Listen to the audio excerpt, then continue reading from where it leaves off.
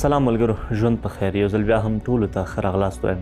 ملګرو، د تیرو 2 کلیپونو په امتداد سره چې یو هم د ویناوالۍ د هنر د ارزښت په هکله او دوهم کلیپ یې د یونان د پخواني ویناوال ډیموستین د ژوند داستان او له هغه څخه درس اخیستونکي کلمې وې.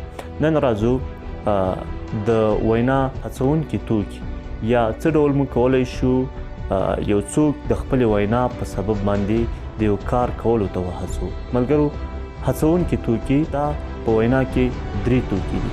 ارسطوټل لومړنی فیلسوف و چې د یو رهبر لپاره غوره ویناوالي یا هم د ویناوالۍ هنر اړین وباله تر څو خلک د ده له خبرو متاثره شي او د یو کار کولو ته وهڅېږي.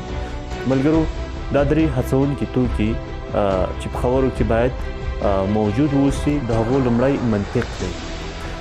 منطق دې ته ویلی شي چې یو ویناوال باید د خپلو خبرو یا د خپلو جملو ترمنځ منطقي تړون ته ژمن اوسي.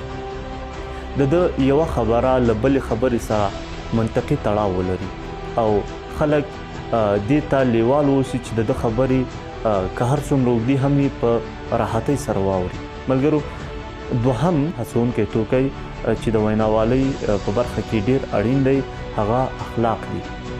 ډیری اوریدونکي د ویناوال له اخلاقو څخه ډیر زیات متاثره کیږي او دا تصمیم نیسي تر څو د یوې کړنې یا هم د یو کار د ترسره کولو هڅه او کوشش وکړي. دریم توکی چې دا په وینا کې ډیر زیات اړین دی او د هڅونې په برخه کې زیات کار کولی شي هغه احساسات دي. یو څوک که غواړي یو دم بدلون وکړي او د دوی په فکر او تګلاره کې ډیر ژر یو غټ تغییر رامنځته شي، نو ده ته لازمه ده تر څو دی له خپلو احساساتو څخه کار واخلي.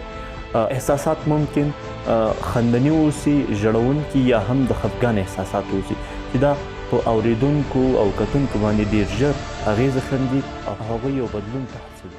السلام علیکم.